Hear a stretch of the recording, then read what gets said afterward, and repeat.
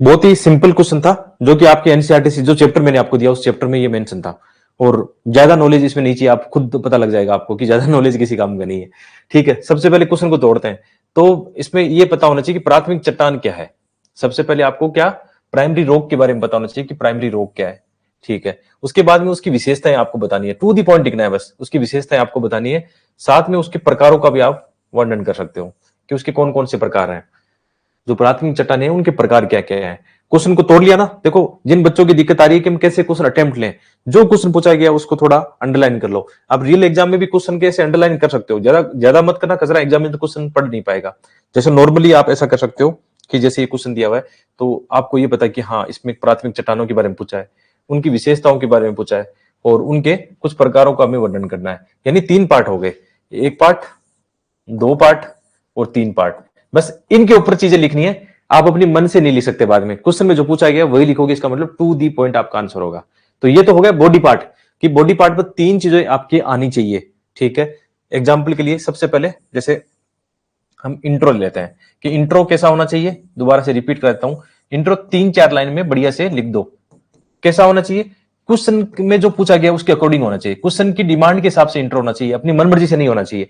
जैसे for example, या तो आप इंट्रो में यहां क्या बता सकते हो, एक ये बता सकते हो कि चट्टान क्या होती है, थोड़ी सी रॉक्स के बारे में बता सकते हो चट्टान क्या होती है, या डायरेक्ट शुरू कर सकते हो कि प्राथमिक चट्टान क्या होती है। दोनों आपकी मर्जी, दोनों से शुरू कर सकते हो। चट्टान से थोड़ा सा शुरू करोगे तो आपका थोड़ा सा बेसिक लगेगा, हाँ कि उनको पता है रॉक्स क्या होती है, बहुत सारे ऐसे खनिजों का, बहुत सारे ऐसे केमिकल उसमें गुण होते हैं, उनका पिंड होती है एक तरह से कह सकते हैं, वो चट्टान होती है। या प्राथमिक चट्टान बता सकते हो कि सर्वप्रथम जो पृथ्वी का जो मेग्मा आता है ना, आगे जाके जब हम पढ़ेंगे पृथ्वी की जो आंतरिक संरचनाएं पढ़ेंगे, आज ही बेसिक में आपको बता दूंगा, तो वहां से जो मेग्मा आता है अंदर से, मेग्मा बाहर आके लावा के रूप में जमा होता है। अंदर उसको मेग्मा बोलते हैं, तरल मेग्मा होता है, और बाहर आते ही वो लावा होता है, लावा कहते हैं, ठंडा होकर लावा के रूप में उसका जमा होता है। तो जो मेग्मा होता है वो आंतरिक रूप से मतलब जब आता है बाहर है ना, तो सर्वप्रथम जो चट्टानें बनती है किससे बनती है, मेग्मा से बनती है, वो कहलाती है प्राथमिक चट्टानें, या आग्नेय शिला उनको बोलते हैं, इग्नियस यानी अग्नि से इनका जन्म हुआ है, तो इनको बोलेंगे आग्नेय चट्टान। ठीक है, आग्नेय या प्राथमिक चट्टान उन्हीं को बोलते हैं। तो इंट्रोडक्शन में आप ऐसा बता सकते हो। ठीक है, थोड़ा सा आप यहां पे एक डायग्राम बना सकते हो, इंट्रो के नीचे ब्लैक पेन से एक डायग्राम बना सकते हो। डायग्राम में क्या बताओगे कि चट्टान होगी यहाँ पे है ना, चट्टानें कितनी प्रकार की होती है, या चट्टान होती है, क्या चट्टान के प्रकार हो गए, तो यहाँ पे प्राथमिक चट्टान हो गई। ठीक है, प्राथमिक चट्टान को क्या बोलेंगे, आग्नेय, आग्नेय को ही ये हो गया मतलब आग्नेय। ठीक है, ये आग्नेय सेल होगी। ठीक है, दूसरी हो गई द्वितीय, क्या कह सकते हैं उसको, आप कह सकते हो जैसे कायंत्रित होती है, रूपांतरित भी होती है, रूपांतरित रूपांतरित सेल होती है, या कायांतरण हो जाती है, या अवसाद भी बोल सकते हैं। एक थर्ड वाली होगी अवसाद। 3 प्रकार की ये सेल्स होती है।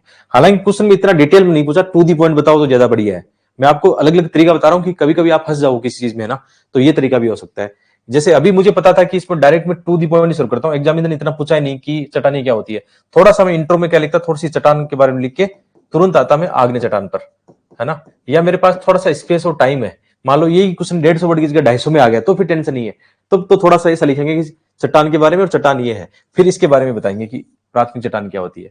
तो इंट्रो आप कैसे ही शुरू कर सकते हो मेरे हिसाब से, जब आपकी एक मेच्योरिटी आएगी आंसर लिखने की ना, तो आप टू दी पॉइंट इंट्रो लिखोगे। जैसे इस क्वेश्चन में यदि मेच्योरिटी के लेवल की बात करें, 150 वर्ड में लिखना हो, तो सीधा मैं शुरू करता कि आग्नेय चट्टान क्या है। सर्वप्रथम जो मेग्मा या लावा जो होता है उससे मतलब जो चट्टानें बनती है उनको हम प्राथमिक चट्टान बोलेंगे, और एग्जाम्पल दे देंगे ग्रेनाइट और बेसाल्ट का, बस हो गया प्राथमिक चट्टान, है ना। प्राथमिक चट्टान को ही आग्नेय चट्टान बोलते हैं, जिसका निर्माण मेग्मा से होता है, मेग्मा के जमाव से होता है। ये आंतरिक भी हो सकती है, बाहरी हो सकती है। विशेषकर जैसे आंतरिक में कई बार ग्रेनाइट अंदर की तरफ जम जाता है, बाहर की तरफ बेसाल्ट आता है। एग्जाम्पल देके बता दिया, हो गया ना इंट्रो 1-2 लाइन में। और जब धीरे धीरे हम सीखते हैं, जैसे आप लोगों ने लिखा है, तो आप लोग थोड़ा सा ऐसा लिखोगे, सर चट्टान ये होती है, चट्टान के 3 प्रकार होते हैं। ठीक है, नॉर्मल मैं कह रहा हूं, इसीलिए मैं आपको सिखाना चाहता हूं, हर एक स्टेप होती है। जब आप मेच्योरिटी की स्टेप पे आओगे तो आपका आंसर बहुत ही सुटेबल दिखेगा, एकदम शॉर्ट एंड संक्षिप्त दिखेगा। तो ठीक है, बेस्ट इंट्रो क्या होगा, सीधा प्राथमिक उस पे होगा ना। दोबारा से बता देता हूं कि इसका हमें बेस्ट इंट्रो लिखना हो, बेस्ट इंट्रो लिखना हो तो हम क्या करेंगे, डायरेक्ट आएंगे प्राथमिक चट्टान पर, कि प्राथमिक चट्टान क्या होती है, यही आग्नेय चट्टान होती है, जो जिसका निर्माण अग्नि से होता है, या मेग्मा से होता है, या आप कह सकते हो तरल लावा से होता है। ठीक है, और इसके यदि हम देखें, मुख्य रूप से इनके एग्जाम्पल देखें, तो आप बता सकते हो ग्रेनाइट अंदर की तरफ होता है, और बेसाल्ट बाहर लावा के रूप में आके जम जाता है। तो ये आग्नेय चेट का आग्नेय सेल के आपने एग्जाम्पल भी यही इंट्रो में दे दिया आपने, तो ये आपका बेस्ट इंट्रो हो गया। ठीक है, अब बॉडी पार्ट पे आते हैं। तो बॉडी पार्ट में जो क्वेश्चन पूछे गए सभी उनके बारे में लिखते हैं। बॉडी पार्ट में क्या है, प्राथमिक चट्टान की विशेषताएं। तो पहली आप हेडिंग दो बॉडी पार्ट में, यही तो पूछा ना, प्राथमिक चट्टान की विशेषताएं। विशेषताएं आपको टू दी पॉइंट लिखनी है, कभी भी पैराग्राफ मत लिखना, अब टाइम ही नहीं है। मैंने कल काफी आंसर राइटिंग की है, मैं पैराग्राफ शैली में जैसे ही जाता हूँ एकदम गड़बड़ हो जाता है मामला। प्राथमिक चट्टान की विशेषताएं, तो पहला क्या है, मतलब आप कह सकते हो तरल मैग्मा से इनका निर्माण, तरल मैग्मा से निर्माण, और ये प्रथम चट्टाने हैं, मतलब सबसे पहले ये चट्टाने बनती है। जब तरल मैग्मा से बनेगा तो इनमें क्या होंगे, जीवाश्म भी नहीं होंगे। जीवाश्म या जीव अवशेष जो होंगे कैसे होंगे भाई, नष्ट हो जाएंगे, इतना ज्यादा तापमान दाब ये रहता है ना। तो इन चट्टानों में बहुत ही कम होता ही नहीं है एक्चुअल में। आप अवसादी में इनमें देखोगे, अवसादी चट्टानों में आपको जीवाश्म मिलेंगे, लेकिन आग्नेय सेलों में कभी जीवाश्म नहीं मिलेंगे। वो एक तो आप जानते हो पृथ्वी के अंदर या बाहर कितना लावा जो होता है, कितना टेम्परेचर होता है। जैसे एग्जाम्पल के लिए कहीं बेसाल्ट का लावा फ्लड हो रहा है और उसके अंदर कोई पेड़ आता है बीच में ना, तो पेड़ आपने देखा होगा कैसे तुरंत एकदम उसकी राख या मिट्टी बन जाती है। तो जीवाश्म कहां से होगा, या कोई जीव उसमें लावा में आया कोई है ना, तो वो भी तुरंत नष्ट हो जाएगा। तो इसमें जीवाश्म भी नहीं होंगे। अब ये मेग्मा इनसे बन रहे हैं तो बहुत कठोर है, बहुत ज्यादा कठोर है। कठोर होने से क्या होता है, इनमें जल भी उतना नहीं जा पाता है, जल उतना नहीं जा पाएगा तो रासायनिक जो अपक्षय होते हैं इनकी संभावना भी कम रहती है। कभी कभी हो सकता है लेकिन कम संभावना रहती है। इसके अलावा क्या, ये रवेदार होती है। कैसे बनती है, उनकी जमने की स्टाइल क्या है, जल्दी से जमती है या धीरे जमती है, तो वो रवेदार होती है ना, उस पर डिपेंड करता है। ऐसे करके इनकी विशेषताएं आपने बताई 5-7 है ना, जो आपने एनसीईआरटी में पढ़ी है, उनको तोड़ लिया हमने एक एक करके। और क्या हो सकता है कि जो प्राचीन जो खनिज होते हैं, विशेषकर आप देखोगे जो लोहा है, जो भारी खनिज, जिसमें मतलब एक्चुअल में क्या होता है, अभी जैसे ज्वालामुखी वगैरह आती है उनमें उतने ये नहीं होते हैं, आपके लोहा वगैरह उतने नहीं होते हैं, क्योंकि इसमें एक समय क्या हुआ था, पृथ्वी आप जानते हो एक आग का गोला थी ना, पूरी मेग्मा के रूप में थी एक समय। तो जितने भी एक समय के बाद में धीरे धीरे ठंडी जब होती चली जाती है, तो भारी पदार्थ क्या होंगे, वो पृथ्वी के सेंटर में चले जाएंगे। निकल और फेरियम पृथ्वी के सेंटर में चले गए, और जो हल्के पदार्थ है वो ऊपर की ओर आ गए, है ना। तो इसका मतलब जो अभी ज्वालामुखी कहां से निकलती है, जैसे हम पृथ्वी के अभी लेयर पढ़ेंगे, एक मेंटल और एक आउटर कोर है, वहां से अभी भी पृथ्वी की 2 लेयर ऐसी है जहां पे अभी भी मेग्मा है। जो मेग्मा धीरे धीरे क्या कर रहा है, ऊपर की ओर संचरण कर रहा है, नीचे से चट्टानों को पिघला के अब ज्वालामुखी के रूप में देखते हैं बाहर आता है। ये सब कैसे होता है, प्लेट विवर्तन के कारण होता है, प्लेटों की आपस में गति के कारण। और प्लेटें गति क्यों करती है वो हम भी आगे हम पढ़ने वाले हैं। तो सिंपल सा आप देखना, इनमें क्या होगा, प्राचीन खनिज इनमें देखने को मिल जाएंगे, लोहा इनके जितने भी देखने को मिल जाएंगे। ठीक है, तो प्राचीन खनिज आप देख सकते हो। इनमें वैसे अवसादी वाले खनिज नहीं होंगे, जैसे इसमें तेल वो नहीं पाए जाएंगे। आप देखोगे तेल और प्राकृतिक गैस नहीं पाई जाएगी। एग्जाम्पल के लिए क्यों नहीं पाई जाएगी, इनमें अवसादी नहीं है। तेल और प्राकृतिक गैस कैसे बनते हैं, या कोयला कैसे बनता है। कोयला आप जानते हो कि पेड़ पौधे जब भूगर्भ में दफन हो जाते हैं, नीचे दब जाते हैं, तो एक तापमान और दबाव के कारण जो पेड़ पौधे हैं लाखों सालों के बाद में कोयले में चेंज हो जाते हैं। और जो जैसे जहां पे गैस, नेचुरल गैस और तेल कहां पाया जाएगा, उस अवसादी चट्टानों में पाया जाएगा जहां पर सागरी जीवाश्म नीचे दब जाते हैं। सागरी जीवाश्म नीचे दब जाते हैं, चट्टानों के नीचे दब जाते हैं, तो वो किस में आगे जाके बदल जाएंगे, तेल और गैस में बदल जाएंगे। उनमें जो भी केमिकल रिएक्शन, तापीय रिएक्शन, दाब, बहुत ज्यादा दाब होता है नीचे चट्टानों के नीचे, तो वो किस में बदल जाएंगे, तेल और गैस में। आप एग्जाम्पल के लिए देखोगे, जैसे राजस्थान अपना डेजर्ट है ना, डेजर्ट में जैसे बाड़मेर जैसलमेर में आज तेल और गैस निकलती है, तो आप सोचोगे सर यहाँ तो समुद्र है नहीं, सागर है नहीं, तो यहाँ पे सागरी जीव कैसे आए, और सागरी जीव कहां से आए, और तेल यहाँ का कैसे आया। तो एक समय ये बात सही है, जिसे में हम पढ़ते हैं 33 महासागर पढ़ते हैं। ऐसा माना जाता है कि 33 महासागर के अवशेष यहाँ पे हैं आज भी। जैसे राजस्थान में आप देखोगे डीडवाना, कुचामन, जो खारे पानी की जिले हैं, या यहाँ का जो ग्राउंड वाटर है आज भी खारा नजर आता है। ठीक है, और जैसलमेर, बाड़मेर, ये जो रीजन है यहाँ पे, इसका मतलब 33 महासागर या सागरी जो अवशेष जीव होते हैं आज वो किस में बदल गए, तेल और गैस में बदल गए, है ना। आप केजी बेसिन देखोगे, बॉम्बे हाई देखोगे, असम का देखोगे, जहां पर तेल और गैस मिलते हैं, इसका मतलब वहां अवसादी चट्टाने हैं, प्राथमिक चट्टाने नहीं है वहां पे। प्राथमिक चट्टानों की यदि आप एग्जाम्पल देखोगे भारत के अंदर, विशेषकर धारवाड़ ये रीजन मिलेगा जहां पर लो एस इनके खनिज मिलेंगे, पुराने समय की चट्टाने, पुराने समय की, इनको आप बोल सकते हो पठार बोल सकते हो, खनिजों के भंडार बोल सकते हो। वो आग्नेय सेल के एग्जाम्पल है। आग्नेय सेल के एग्जाम्पल और बेस्ट एग्जाम्पल आप कहां देखोगे, दक्कन ट्रेप, बेसाल्ट जो है, काली मिट्टी का जो विस्तार है, उसका एग्जाम्पल देके आप बता सकते हो। वो मिट्टी बन गया, बाद में काली मिट्टी के रूप में हो गया। तो ऐसे आपको इनकी विशेषताएं आपको बतानी होती है। बेसिक अंडरस्टैंडिंग में आपको थोड़ा थोड़ा समझा देता हूं, उससे आपकी काफी समझ बढ़ेगी। और बॉडी पार्ट की दूसरी डिमांड क्या है, विशेषता हमने बता दी। प्राथमिक चट्टानों के बारे में हमने क्या किया, यहाँ पे इंट्रो में बता दिया था। प्राथमिक चट्टान को हमने कैसे कवर किया, बहुत ही शॉर्ट में कवर किया, क्योंकि 150 वर्ड में यही तो आपका प्रबंधन होगा ना, कैसे कवर करें हम।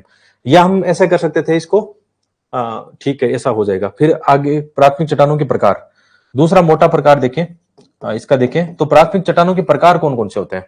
तो प्राथमिक चट्टान के आप कह सकते हो दो प्रकार हो सकते हैं, एक आंतरिक हो सकता है, अंतर्वेदी हो सकता है, एक बाह्य हो सकता है। अब आंतरिक कौन सा होता है, हम आपने एनसीईआरटी में पढ़ाई होगा, आंतरिक विशेष ग्रेनाइट भी आंतरिक का एग्जाम्पल है, और भी जैसे बेथोलीथ ये सब पढ़ा, ये भी किसके एग्जाम्पल है, आंतरिक प्राइमरी जो रोक है उनके एग्जाम्पल है। बाह्य रोक का एग्जाम्पल बेसाल्ट से बढ़िया क्या होगा, है ना, आप बेसाल्ट का बता सकते हो कि बाहर आता है।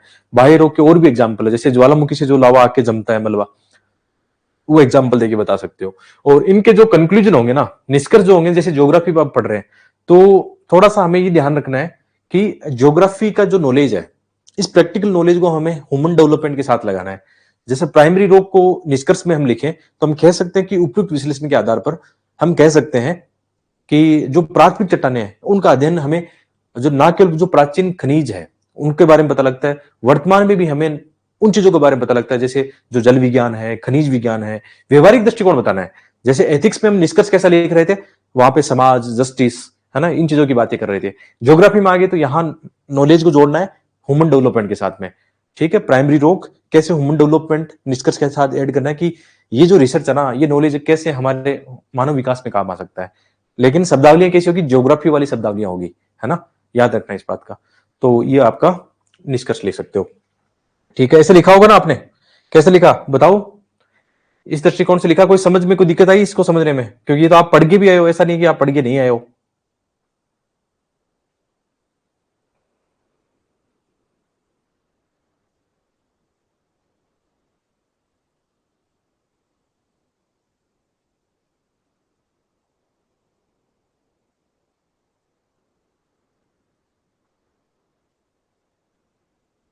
ठीक है बच्चे, सही दिशा में। कुछ बच्चे अगले लेवल पे चल रहे हैं कि वो मतलब अम्लीय होती है, ठीक है, इतना नहीं जाना है, मतलब मुझे नहीं लगता इतना नीड होगी आपको, है ना। ठीक है, सिंपल जितना रहोगे उतनी ही ज्यादा बढ़िया रहेगा। जो चीजें हम ज्यादा याद नहीं रख सकते उनके बारे में ज्यादा मुझे नहीं लगता एक्सप्लेन करने की नीड होगी आपको, है ना। चलो आते हैं, आपको मॉडल आंसर बता देता हूं मैं।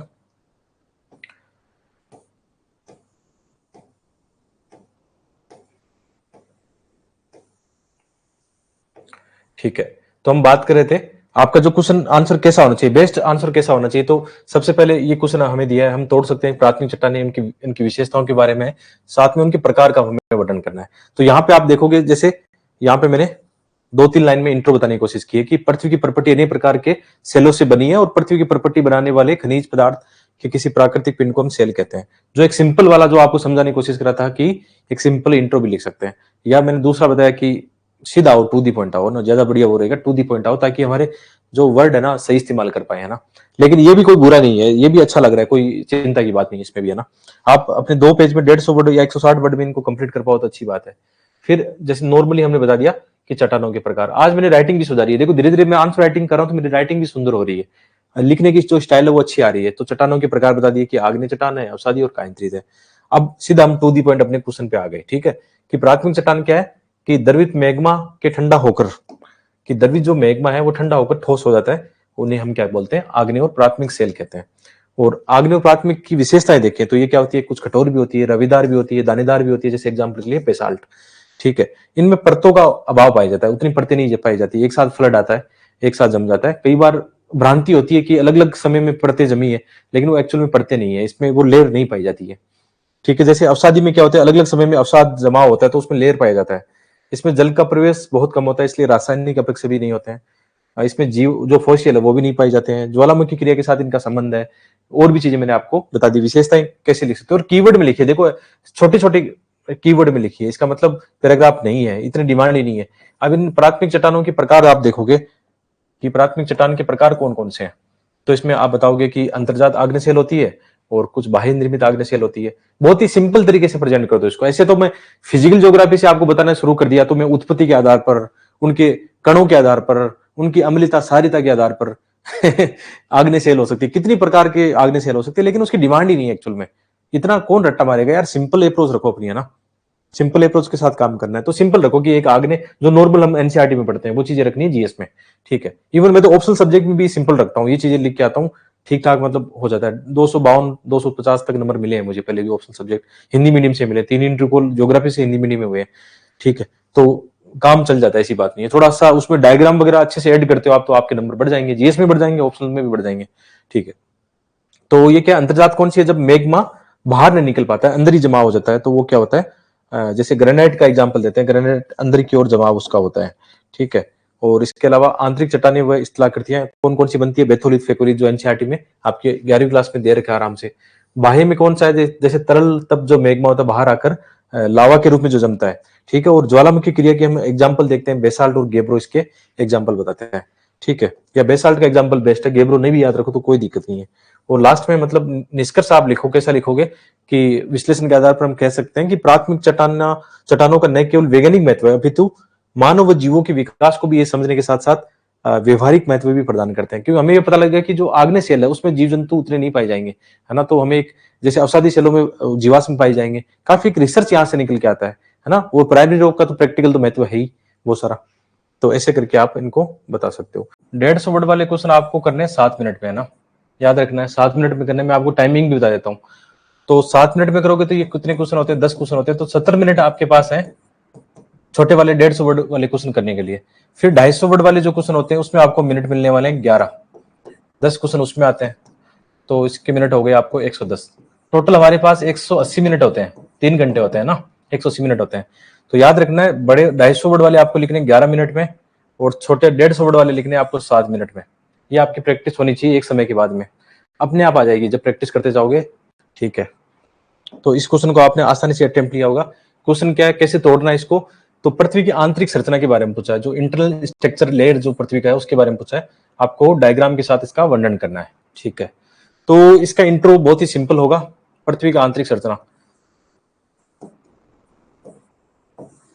इंट्रो का आप बता सकते हो कि ऐसे लिख सकते हो कि प्रत्यक्ष व अप्रत्यक्ष आजकल जो स्रोत होते हैं,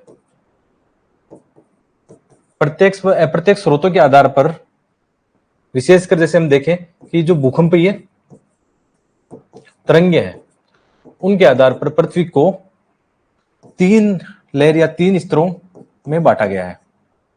3 स्तरों में बांटा गया। शुरुआत में आपने 2-3 लाइन का इंट्रो लिखा, बड़ा नहीं किया इंट्रो ना, सिंपल लिखा, टू दी पॉइंट आना है, क्योंकि फोकस किस पे रखना है? पृथ्वी की आंतरिक संरचना पर फोकस करना है, वो भी डायग्राम के साथ में। इस पे ज्यादा फोकस करना, बॉडी पार्ट का यही आज कंटेंट हमारा, बड़ा कंटेंट इस पे। तो हमने इंट्रो लिखा बहुत ही सिंपल।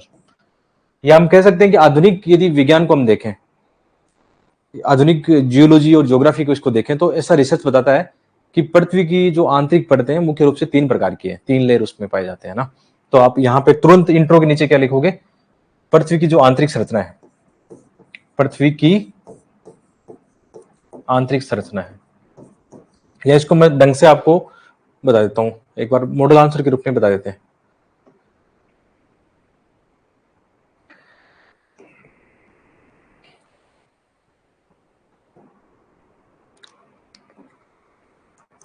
जैसे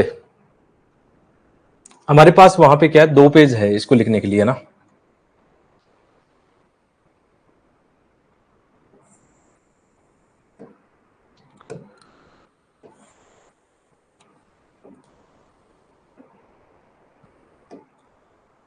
जैसे वहां पे आपके पास 2 पेज ये खाली आने वाले हैं, एकदम प्रॉपर जो अलाइनमेंट होता है उसके हिसाब से हम देखते हैं इस क्वेश्चन को।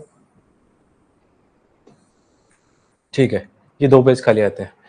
तो सबसे पहले जो हमारे यहाँ पे क्वेश्चन होता है, ठीक है, अब इंट्रो क्वेश्चन क्या था? पृथ्वी की आंतरिक परतों के बारे में है, जो पृथ्वी की आंतरिक परत है इनके बारे में क्वेश्चन था। ठीक है, तो इंट्रो में हमने बताया थोड़ा सा पृथ्वी के स्ट्रक्चर के बारे में, आपने विशेषता देखिए बता दी। यहाँ पे हमने लिख दिया इंट्रो। 3-4 लाइन में मैक्सिमम इंट्रो आ सकता है। और इंट्रो कैसा होना चाहिए? क्वेश्चन की डिमांड के हिसाब से होना चाहिए। जैसे यहाँ पे पृथ्वी की आंतरिक परतों के बारे में, तो उसके बारे में लिखो। आपके पास कोई करंट नॉलेज है उसको लेकर, तो वो भी लिख सकते हो, कोई दिक्कत नहीं है। अब आते हैं बॉडी पार्ट पे। बॉडी पार्ट का क्या था? पृथ्वी की आंतरिक परतें। तो इंट्रो के तुरंत बाद आप क्या बनाओगे? जैसे इसमें पृथ्वी की जो आंतरिक परतें उनके बारे में बताना चाहिए। आंतरिक परत, सीधा हो, इसका डायग्राम बनाओ बढ़िया से, सुंदर सा एक डायग्राम बनाओ। पृथ्वी की आंतरिक परतों में पहला क्या है? सबसे ऊपर क्या है? भूपरपट्टी, जिसको बोलते हैं क्रस्ट, क्रस्ट बोलते हैं, और हिंदी में उसको बोलते हैं भूपरपट्टी। ठीक है, दूसरा क्या है? ये पहला हो गया। दूसरा है मेंटल, या परवर भी बोलते हैं उसको, मेंटल। तो दूसरा है मेंटल। मेंटल दूसरा है। तीसरा क्या है? कोर या प्रकोष्ठ भी बोलते हैं उसको, कोर। ये तीन पृथ्वी की आंतरिक परतें हैं या संरचनाएं हैं। ठीक है, ये आपने बता दिया। क्वेश्चन की डिमांड क्या थी? क्वेश्चन की मेन डिमांड ये तो थी ना बॉडी पार्ट में कि पृथ्वी की आंतरिक परतें, उनको आपको सविस्तार आपको आराम से उनको समझाना है। ठीक है, अब इनको हम एक्सप्लेन कर सकते हैं कि क्रस्ट क्या है, मेंटल क्या है, ये क्या है। आप चाहो तो यहाँ पे डायग्राम, जैसे क्वेश्चन की डिमांड पूछी तो डायग्राम यही बना दो। तो इसमें दो डायग्राम हम बना सकते हैं। एक डायग्राम कैसा बनेगा, आराम से ध्यान से देखना। अब ये देखो, मेरे पास कोई नोट्स नहीं है, मैं बिना देख के बता रहा हूँ। इसका मतलब क्या है, मैं प्रैक्टिस करके आया हूँ, या मैंने बहुत पहले प्रैक्टिस कर रखी है कि ऐसे क्वेश्चन आए तो मुझे एग्जाम में कैसा लिखना है। ठीक है, टू दी पॉइंट कैसा लिखना है। तो एक डायग्राम इसमें ये बनेगा, जैसे हम यहाँ पे क्या बनाएंगे, जैसे पृथ्वी की त्रिज्या कितनी है? 6,371 किलोमीटर। मतलब पृथ्वी के जो केंद्र में जाने के लिए हमें लगभग 6,000 किलोमीटर दूरी तय करनी पड़ेगी। तो यहाँ पे क्या है, यहाँ पे आपने लिखा कोर, ये कोर है। ठीक है, इसके अलावा कोर के भी दो पार्ट होते हैं। एक इंदर कोर होता है, जैसे ये इंदर कोर है यहाँ पे, है ना। इसके बाहर है आउटर कोर, यानी बाहरी कोर है। हिंदी में लिख दो, इंग्लिश में मत लिखना, हिंदी में लिखना कोशिश करना। ये हो गया आंतरिक कोर हो गया, एक हो गया बाह्य कोर हो गया। ठीक है, बाह्य कोर क्यों पढ़ते हैं? बाह्य कोर का बहुत ज्यादा इंपॉर्टेंट होता है। आपने देखा होगा पृथ्वी का जो चुंबकीय क्षेत्र बनता है वो बनता है इसकी वजह से, आउटर कोर की वजह से बनता है। आउटर कोर क्या करता है?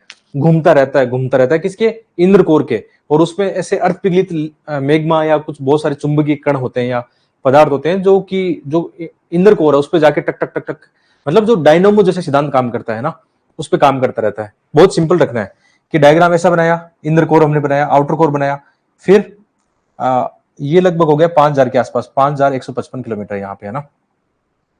कौन सा वाला? ये जो वाला है ना, यहाँ वाला। और 2900 के आसपास हो गया, जैसे यहाँ पे हो गया एक मेंटल, लोअर मेंटल है यहाँ पे, और इसके ऊपर है अपर मेंटल। ठीक है, एक अपर मेंटल है, और इसके आप यहाँ पे लिखना 2900 हो गया। ठीक है, और यहाँ पे आप लिख सकते हो 700 किलोमीटर के आसपास। और 0 किलोमीटर के आसपास क्या है? क्रस्ट, जो हमारी पृथ्वी की ऊपर वाली भूप्रपट्टी है। क्रस्ट जो मिलेगा आपको यहाँ पे मिलेगा। ठीक है, क्रस्ट के नीचे क्या है? क्रस्ट के नीचे है स्थल मंडल, जिसको बोलते हैं। नीचे स्थल मंडल है, उसके एक लेयर है स्थल मंडल की, और एक लेयर है दुर्बलता मंडल की। ये मैं समझाऊंगा आपको, सारी चीजें समझा के चलूंगा, चिंता मत करना। एक एक चीज आपको दोबारा से समझाऊंगा, ये डायग्राम में दोबारा से समझाऊंगा, मुझे पता नहीं समझ में आएगा। ये पृथ्वी का आंतरिक परतें आपने बता दी। सबसे ऊपर क्या हो गई? क्रस्ट। क्रस्ट बाद में क्या है? यहाँ पे 35 से लेकर, यहां से 35 से लेकर 2900 तक है मेंटल, और 2900 से लेकर है कोर। ये पृथ्वी का है। सामान्य भाषा में समझाऊं तो ऐसा समझ सकते हो, जैसे सबसे पहले बात करते हैं, पृथ्वी की बात करें, है ना। सबसे अंदर क्या है? कोर है, जो इंदर कोर हम बात करते हैं। उसके बाहर है आउटर कोर। ठीक है, फिर है लोअर मेंटल, फिर है अपर मेंटल। ठीक है, ऐसे करके पृथ्वी की संरचना है। ठीक है, और ऊपर जैसे यहाँ पे ये हमारी क्रस्ट की हम बात करें, जो जिस पर हम खड़े हैं, स्थल मंडल जो है, क्रस्ट बोल सकते हैं इसको। तो स्थल मंडल का जो है क्रस्ट, वैसे नॉर्मली इसको एवरेज लेके चलते हैं कि लगभग 0 से 35 किलोमीटर की गहराई में क्या है? क्रस्ट है, जिस पर महाद्वीप और महासागर की जो है, महाद्वीप और महासागर की प्लेटें आप कह सकते हो, वो बनी हुई है क्रस्ट पे, है ना। और बाद में 35 से लेकर 2900 किलोमीटर तक है मेंटल। 3500 से लेकर 2900 तक क्या है? मेंटल। और 2900 से लेकर 6,311 तक क्या है? कोर है। कोर को दो भागों में बांटा गया है। एक इनर कोर जो बहुत ज्यादा ठोस है, निकल फेरियम का बना है, ये निकल व फेरियम का बना है। ये आउटर कोर अर्थ पिघलित है, अभी भी इसमें कई चट्टाने या मेग्मा तरल ऐसा ऐसा है जो घूमता रहता है। जो आउटर कोर है ना, इनर कोर के चारों ओर घूमता रहता है, और इसी की वजह से बनता है हमारा पृथ्वी का चुंबकीय सिद्धांत। जो पृथ्वी के क्या बनते हैं? जो चुंबकीय अपना वो बनता है ना बाहरी आवरण पे, जिससे रक्षा करते हैं। कैसे? सूर्य की जो आप कह सकते हो चुंबकीय तरंगें आती है, या सौर जो फ्लेयर या चक्रवात आते हैं, उससे हमारी रक्षा कौन करता है? पृथ्वी का एक चुंबकीय आवरण होता है, वो रक्षा करता है। समझ गए? वो कैसे बनता है? आउटर कोर के लगातार घूमने से। आपने एक हॉलीवुड की मूवी देखी होगी, कोर, दी कोर एक मूवी आई थी, है ना। उस मूवी में ये साइंटिफिक दिखाया गया कि पृथ्वी का जो आउटर कोर होता है वो बंद होने लगता है। उसके बंद होने से जितने भी हमारे जियो मैग्नेटिक चीजें चल रही थी, है ना, उपग्रह से लेकर जितने रडार है, सब काम करना बंद करते हैं। तो उसमें देखना पक्षी भी आके गिरते हैं, हवाई जहाज भी आके गिरते हैं, उस मूवी में ऐसा दिखाया गया है। तो फिर वैज्ञानिक क्या सोचते हैं कि अब हम अंदर जाएंगे, हम एक ऐसी पनडुब्बी या सबमरीन बनाएंगे जो आउटर कोर के जाके वहां पर एक बम का विस्फोट करेंगे, ताकि वो वापस चलने लग जाए। उस मूवी में अच्छा कॉन्सेप्ट दिखाया गया है पृथ्वी को लेकर, है ना। तो ऐसा ये हो गया हमारी पृथ्वी का जो इंदर है, उसके बारे में बताया गया। ठीक है, तो मोटा मोटी ऐसे बता सकते हो। एक डायग्राम कैसे बनेगा इसमें, एक डायग्राम आप ऐसे बता सकते हो। मैंने मॉडल आंसर में दिया, घबराना मत, मैं दोबारा भी बताऊंगा, आपको नहीं समझ में मैं पूछूंगा दोबारा भी बताऊंगा। सबसे सिंपल क्या होता है, जैसे यहाँ पे हमारे स्थल मंडल है, ठीक है, महाद्वीप है, महाद्वीप यहाँ पे बने, महाद्वीप और महासागर यहाँ पे, तो आप कह सकते हो 0 से लेकर 100 किलोमीटर, 0 से लेकर 100 किलोमीटर तक क्या है, यह है स्थल मंडल। 0 से लेकर 400 तक क्या है, दुर्बलता मंडल। ये बहुत इंपॉर्टेंट, आगे काम आई है कॉन्सेप्ट, दुर्बलता मंडल है। यहाँ पे स्टेनोस्पोर भी बोलते हैं, दुर्बलता मंडल है, कहां से लेकर 100 से 400 के बीच में। ये क्या है, अर्ध विगलित मैग्मा है, लावा है। अपनी जो पृथ्वी चक्कर लगाती है ना, जो ऊपर जो प्लेटें गति करती है, वो इसके कारण होता है, क्योंकि ये लावा है और इसमें चक्रीय प्रवाह चलता रहता है, सहवनीय धाराएं, चक्रीय प्रवाह चलता रहता है। जो प्लेटें, जो ऊपर वाली प्लेटें हैं जिस पर हम खड़े हैं, वो गति क्यों करती है, मूवमेंट क्यों करती है, क्योंकि नीचे दुर्बलता मंडल है, उसके अंदर मैग्मा है, चक्रित मैग्मा है। आगे जाके महाद्वीपीय विस्थापन सिद्धांत और प्लेट विवर्तन मैं आपको समझा दूंगा, आज भी समझा दूंगा, नहीं समझ में आए तो हमने 400 तक क्या किया, सबसे ऊपर 0 से 100 में क्या हुआ, स्थल मंडल, फिर 100 से 400 में दुर्बलता मंडल, फिर 400 से 900 के बीच में है मध्य मंडल, अंदर की तरफ मध्य मंडल है। फिर 900 से लेकर आप कह सकते हो आगे 2900 तक, ये हो गया आग्नेय मंडल। फिर 5155 जब कोर आ गया नीचे की तरफ, 5155 यहां पे गंभीर मंडल, और लास्ट में कोर आ गया, नीचे की ओर कोर आ गया। इसको ऐसे भी लिख सकते हो कि सबसे ऊपर क्रस्ट है, फिर मेंटल का पार्ट हो गया, और ये हो गया कोर का पार्ट हो गया। ये दो डायग्राम, दोनों में से एक बना दो या दोनों बना दो, आपकी इच्छा है ना। आगे मॉडल आंसर में दोबारा मैं समझाऊंगा आपको, है ना। ये समझा दिया आपने। क्वेश्चन की डिमांड क्या थी, पृथ्वी की आंतरिक परतें, तो परतें आपने ऐसे बताई, डायग्राम बनाया जो क्वेश्चन की डिमांड थी। अब क्या करोगे, अगले पेज पर क्रस्ट को, मेंटल को और कोर को क्या करोगे, अच्छे से आप एक्सप्लेन कर सकते हो। जैसे जो नेक्स्ट पेज है आपका, नेक्स्ट पेज पे आप क्या करोगे, तीनों के बताओगे। जैसे पहला क्रस्ट के बारे में आपको बताना है, क्रस्ट के बारे में थोड़ा सा बताना है, क्या बताओगे, बहुत सिंपल है, जैसे मैंने आपको डायग्राम समझाया वैसे लिखना है। देखो कैसे लिखेंगे, मतलब क्रस्ट कितना है, 0 से 35 किलोमीटर, ठीक है। इसका घनत्व कितना है, घनत्व लिख दिया, थोड़ा बहुत नॉलेज हो, 2.9 के आसपास। इस पे क्रस्ट पे क्या है, महाद्वीप और महासागर पर पट्टी, महाद्वीप एंड महासागर यहाँ पे स्थित है, ठीक है, ये बता दिया आपने। ऐसे करके कुछ इसकी विशेषताएं आपने बता दी। दूसरा बताया आपने जो मेंटल है या मेंटल है, इसको परवर भी बोलते हैं, कई बार हिंदी में परवर भी बोलते हैं, ठीक है। ये कहां से कहां तक है, ये हो गया 3500 से लेकर 2900 किलोमीटर तक। अब इसके भाई दो पार्ट है, मेंटल के दो पार्ट कौन कौन से हैं, एक हो गया ऊपरी मेंटल, ऊपरी मेंटल कहां से कहां तक है, ऊपरी मेंटल आप कह सकते हो 3500 से 700 किलोमीटर तक है, ठीक है। और निचला मेंटल कहां से है, लोअर मेंटल जिसको बोलते हैं, निचला मेंटल, ये हो गया आपका, कह सकते हो आप 700 से लेकर 2900 किलोमीटर तक है। अब इनकी अपनी अपनी विशेषताएं हैं। जैसे इसकी क्या विशेषताएं हैं ऊपरी मेंटल की, कि इसका एक पार्ट होता है, जैसे लगभग 100 से लेकर 400 किलोमीटर के आसपास क्या है, दुर्बलता मंडल है, इसको बोलते हैं एस्थेनोस्फेयर, दुर्बलता मंडल, एस्थेनोस्फेयर, एस्थेनो स्फीयर, एस्थेनोस्फेयर है। ये क्या है, आप कह सकते हो ये तरल मैग्मा के रूप में, यहां पे तरल मैग्मा है।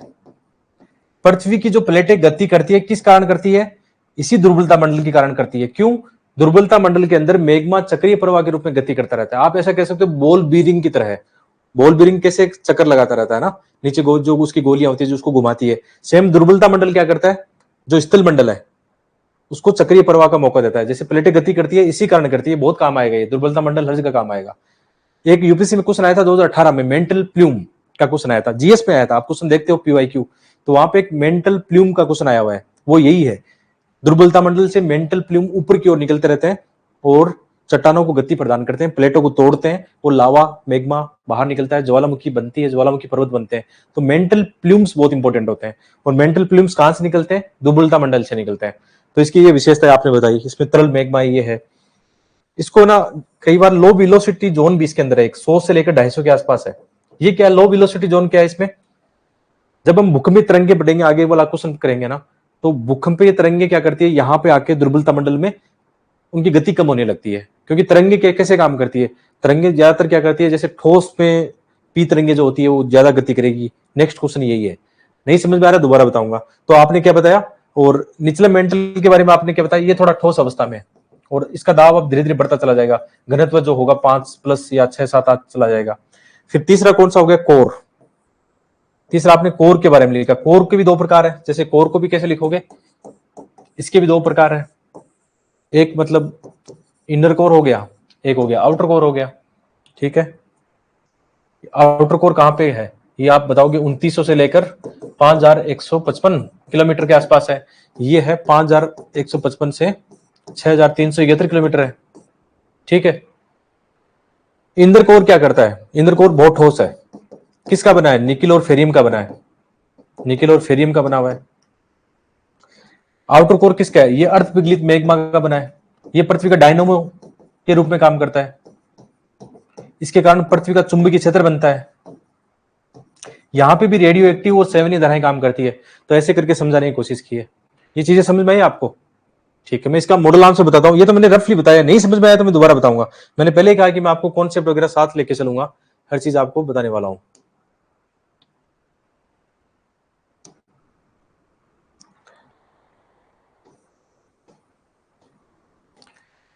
और मॉडल आंसर इतने प्यारे हैं कि आप पढ़ के आराम से इनको समझ सकते हो। मैं एक और छोटी सी बात बताता हूँ। ज्योग्राफी का सबसे अच्छी बात क्या है, डायग्राम को समझ लिया तो लिखना आसान हो जाएगा। जो डायग्राम होता है ना वही उसका प्रेजेंट है। इसलिए ज्योग्राफी का ये फायदा है, आप डायग्राम को यदि प्रेजेंट करना सीख गए तो जो लिखना क्या है वो उस डायग्राम को देख के लिख देना। ये बहुत आसान एक आपके लिए मैं बात बता रहा हूं। जैसे ये डायग्राम की बात करेंगे, ये डायग्राम मैंने आपको दिए हैं यहाँ पे, है ना। यदि इन डायग्राम को आपने समझ लिया तो इस क्वेश्चन में क्या लिखना है वो आपके लिए बहुत आसान हो जाएगा। ठीक है, इसको भी मैं समझाऊंगा। सबसे पहले क्वेश्चन की मेन डिमांड पे आते हैं। अब क्वेश्चन है पृथ्वी की आंतरिक संरचना के बारे में। तो इंट्रोडक्शन बहुत शॉर्ट रखो, ज्यादा नहीं करना है। आधुनिक अनुसंधानों के अनुसार क्या है,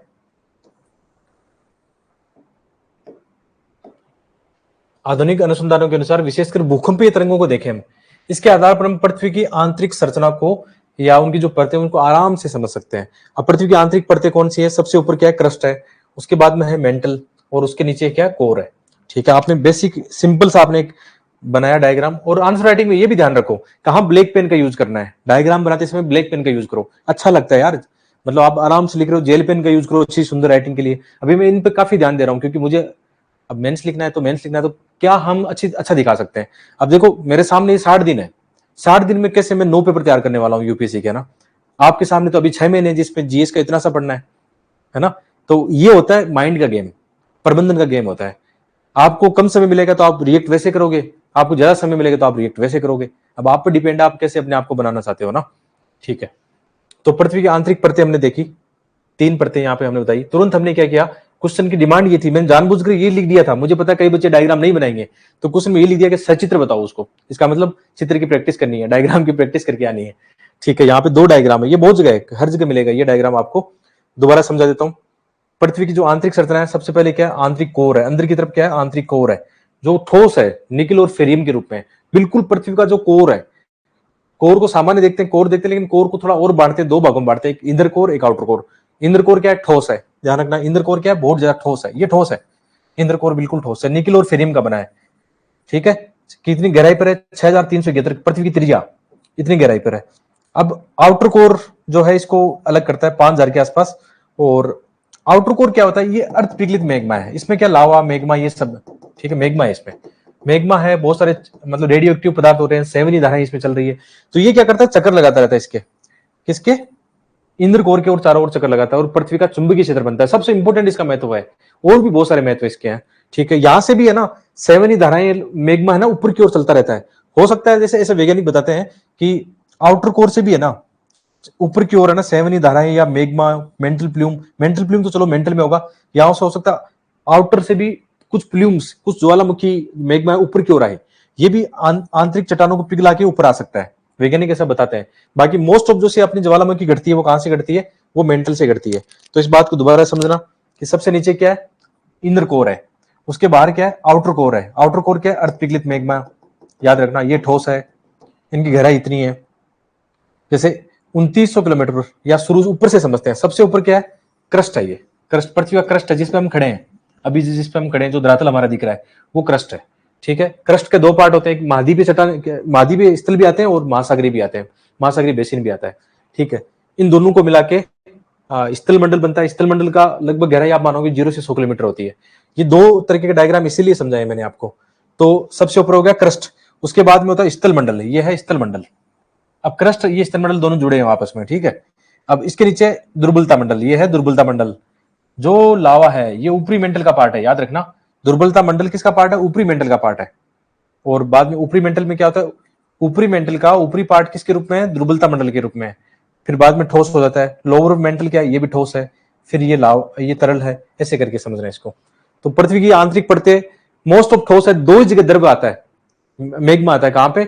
एक तो अपर मेंटल में, दुर्बलता मंडल में आ रहा है, एक आउटर कोर में आ रहा है। इसका मतलब जैसे एग्जाम्पल से समझते हैं इसको, आराम से समझते हैं। पृथ्वी जब शुरू बनी थी बिल्कुल लावा मैग्मा आग का गोला थी, है ना। अब धीरे धीरे क्या होगी? पृथ्वी ठंडा होना शुरू करती है, धीरे धीरे ठंडा होना शुरू करती है, ठीक है। तो मतलब जो भारी पदार्थ होंगे वो कोर में चले जाएंगे।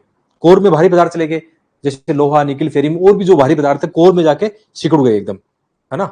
जैसे आप कोई पानी की बाल्टी है, उसमें कोई भारी चीज डालोगे, कहां जाएगी? सीधा नीचे जाएगी कोर में, है ना। तो वहां जाके जमा हो सकता है कचरा। ऐसे ही सेम समझो इस बात को, है ना। तो कोर क्या है? ठोस बना हुआ है। अब आउटर कोर में अर्थ पिघलित क्यों होता है? क्योंकि इसमें क्या होता है? दबाव काम करता है। पृथ्वी का कितना दबाव उस पर लग रहा है। तो मान लो जो चट्टानें वहां पिघलनी चाहिए थी वो उस ताप पे नहीं पिघल पाती है बाद में, तो अर्थ पिघलित मेघवा के रूप में, या जो सेवनी धाराएं, जो एनर्जी है, हीट एनर्जी कैप्चर होगी अंदर की ओर, है ना। ऊपर की ओर जैसे हम जाते हैं, क्रस्ट जो है, क्रस्ट धीरे धीरे ठंडा होना शुरू होता है, ठीक है। और जैसे जैसे हम पृथ्वी के अंदर की ओर जा रहे हैं, घनत्व बढ़ रहा है, तापमान बढ़ रहा है। दुर्बलता मंडल फिर पिघला हुआ क्यों है? वो क्यों नहीं जमा ठोस के रूप में?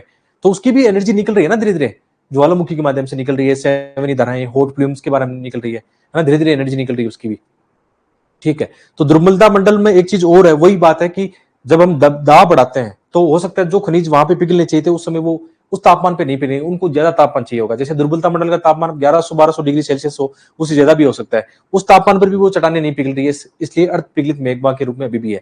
हो सकता है फ्यूचर में जाके काफी लाखों अरबों सालों के बाद में पृथ्वी पूरी ठोस हो जाए, तो फिर मुझे नहीं लगता ये पृथ्वी जीवन के लायक बचेगी, है ना। क्योंकि पृथ्वी की जो जितनी भी क्रियाएं घट रही है सारी ना केवल नेचुरल फिनोमेना से है बल्कि मानव के द्वारा भी निर्मित है ना। तो ऐसे करके, ठीक है, इसको हमने समझा। ये कौन सा था? ये हमने पृथ्वी की आंतरिक परतों को समझने की कोशिश की। अब इसको मंडल में दर्शाते हैं कि ये तो हमने ऐसा देखा, इसके पार्ट कुछ मंडल में भी बांटते हैं इसको सिंपल बनाने के लिए। जैसे सबसे ऊपर क्या होता है? स्थल मंडल होता है। सबसे ऊपर क्या होता है? स्थल मंडल होता है। लगभग कितना होता है? 100 किलोमीटर तक होता है, 0 से लेकर 100 किलोमीटर तक। इसका मतलब आप कह सकते हो क्रस्ट और ऊपरी मेंटल का पार्ट हो गया स्थल मंडल। सिंपल सी बात है। मतलब स्थल मंडल 0 से लेकर 100 किलोमीटर तक है, मतलब क्रस्ट और मेंटल का पार्ट है। क्योंकि मेंटल कहां तक था? क्रस्ट तो कहां तक है? 0 से 35 है। 35 से बाद में क्या शुरू होता है? मेंटल शुरू होता है। इसका मतलब स्थल मंडल किसका पार्ट है? मेंटल और क्रस्ट का पार्ट है। कितना है? 100 किलोमीटर के आसपास है। यहां पे ये डायग्राम क्यों बनाया? जो महाद्वीप पर पहाड़ पर्वत होते हैं ना, उनकी गहराई भी ज्यादा होती है, ठीक है। ये इसलिए बनाया हुआ है, डायग्राम ऐसे प्रेजेंट करते हैं इनको, ठीक है। फिर लगभग 0 से लेकर 400 के बीच में दुर्बलता मंडल। दुर्बलता मंडल क्या है? आप कह सकते हो ये वो लावा है जिस पर ये जो ये है अपना वाला, ये इस पर तैर रहा है। ये कौन कह रहा है? प्लेट विवर्तनिक सिद्धांत बोलता है। प्लेटें कैसे गति करती है? क्योंकि स्थल मंडल दुर्बलता मंडल पर तैर रहा है। दुर्बलता मंडल के अंदर चक्रीय सेवन हो रहा है मेंटल प्लूम्स का। तो ये क्या करेंगे? ये प्लेटों को घुमाएंगे, प्लेटों को तोड़ देंगे। बाद में मध्य मंडल आता है, कोई खास रोल नहीं है इनका, ठीक है। आग्नेय मंडल बोलते हैं, गंभीर मंडल बोलते हैं, लास्ट में कोर हो गया, ठीक है। इनको दोनों को प्रेजेंट करना आना चाहिए आपको। आगे देखते हैं। अब पृथ्वी के आंतरिक जो मंडल है इनको आप पॉइंट फॉर्म में लिखो कि भूपर्वतीय क्रस्ट का ये कितनी गहराई पे है, उनकी जो विशेषताएं भी हमने जानी थी। मेंटल की क्या क्या विशेषताएं हैं, इनको कितना घनत्व है, कितनी गहराई पे। जब आपने इस डायग्राम को समझ लिया ना तो इसको लिखना आसान हो जाएगा आपको। जो कोर है वो कैसा है? 2 कोर है, एक बाहरी कोर है, एक इनर कोर है ना। इनर कोर ठोस है, बाहरी कोर क्या है? अर्ध पिघलित अवस्था में है। ऐसे करके आपने बता दिया। आउटर कोर अर्ध पिघलित अवस्था में है, ठीक है, ये बताया। लास्ट में अतः कहा जा सकता है कि पृथ्वी के भूगर्भ को समझकर मानव विकास को बहुत आगे ले जा सकते हैं हर एक दृष्टिकोण से। ये निष्कर्ष हमने लिखने की कोशिश की है। क्वेश्चन की डिमांड क्या है? क्वेश्चन की डिमांड है कि पृथ्वी की आंतरिक संरचनाओं को हमें समझना है।